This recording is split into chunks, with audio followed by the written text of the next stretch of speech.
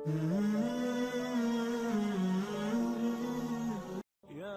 حامل القرآن قد خصك الرحمن. کہا کیا گیا ہے ان آیات میں؟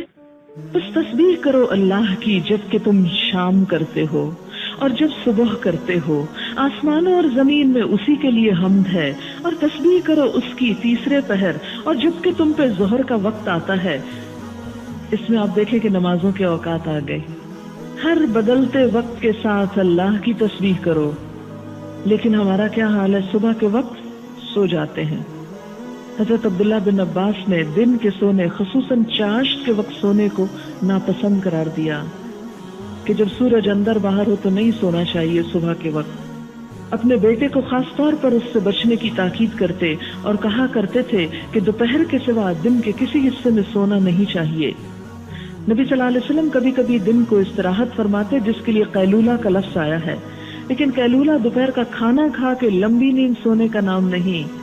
کھانا کھائیں یا نہ کھائیں، تھوڑی دیر کے لیے ضرور آنکھیں بند کر کے آرام کریں، کیونکہ وہ دن کے باقی حصے کو زیادہ بہتر کام کرنے کا سبب بنتا ہے۔ آپ نے کھانا کھا کر فوراً سونے سے منع کیا ہے، کیونکہ یہ دل میں سختی پیدا کرتا ہے۔ اچھا، ریسنٹلی مجھے کسی نے بتایا وہ یہ کہ اگر کھانا کھاتے ہی انسان سو جائے تو دل کی بیماری بھی پیدا ہوتی ہے، فزیکلی بھی دل کی بیماری کا اندیشہ ہے، اور نبی صلی اللہ علیہ وسلم نے روحانی طور پر بھی دل کی سخت ہونے کی بات فرمائی ہے۔ آپ دیکھیں کہ یہاں پر ہر بدلتے لمحے میں اللہ کا ذکر کرو۔ نمازوں کے اوقات آپ دیکھیے، سورج نکلنے سے پہلے کے وقت میں نماز پڑھو، پھر ایک سورج نکل آتا ہے اور آپ دیکھیں کہ دوپہر تک خوب پیک پہ پہنچ جاتا ہے، پھر ڈھلے نماز پڑھو، پھر اس کے بعد عصر کے وقت ایک اور ڈھلان ہوتی ہے، اس کی پھر نماز پڑھو، پھر اس کے بعد مغرب ہو جائے پھر نماز پڑھو، اندھیرا ہو جائے پھر نماز پڑھو۔ کیوں؟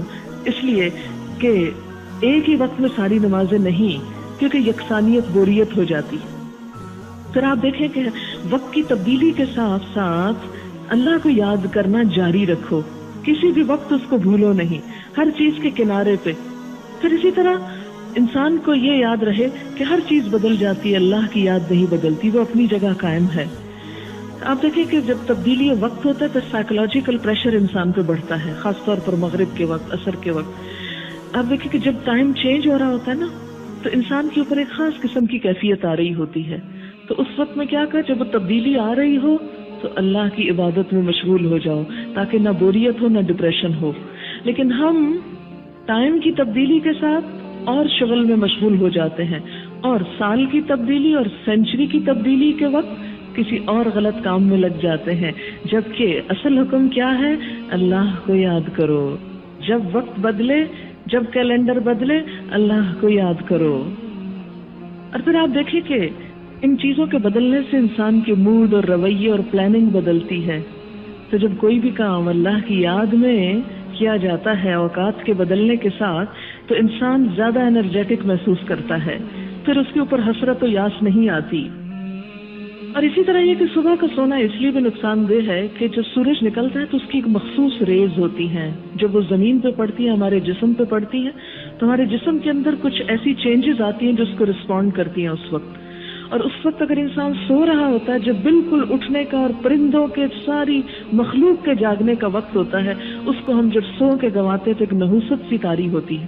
آپ یاد رکھیں کہ نبی صلی اللہ علیہ وسلم نے صبح کے وقت جاگنے والوں کے لیے برکت کی دعا کی ہے۔ آپ نے فرمایا اللہم بارک لامتی فی بکورہا، اے اللہ میری امت کی صبحوں میں برکت پیدا کر دے۔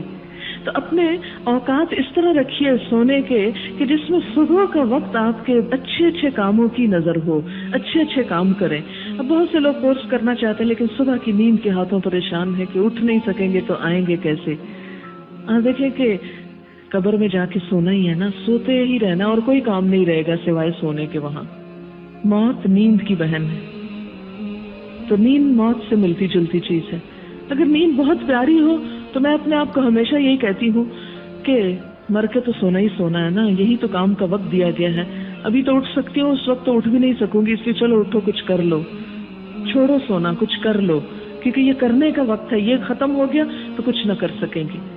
اور پھر آپ دیکھیں کہ اگر اللہ کے لیے صرف 1 سال آپ نہ سوئیں اور دل کی نہ مانے تو کوئی بڑا نقصان نہیں۔ آپ دیکھیں گے کہ آپ کی صحت آپ کی مصروفیت، آپ کا سب کچھ بدل جائے گا اور زیادہ بہتر خوشی محسوس کریں گے. اب سو کے وقتی طور پہ نفس کی خواہش تو پوری ہو جاتی ہے، لیکن اس کے بعد جو ڈپریشن آتا ہے اور جو فکر اور غم آتے ہیں وہ انسان فیس نہیں کر سکتا. اس کے نتیجے میں کمزور سے کمزور ہوتا چلا جاتا ہے اور پھر اس کا علاج ہم ٹرنکلائزرز میں ڈھونڈتے ہیں جو علاج نہیں ہے. فرمایا پس تسبیح کرو اللہ کی جب کہ تم شام کرتے ہو، جب تم صبح کرتے ہو. اس میں صبح شام کی جو دعائیں آپ کو دی گئی ان فولڈرز میں وہ بھی پڑھا کریں.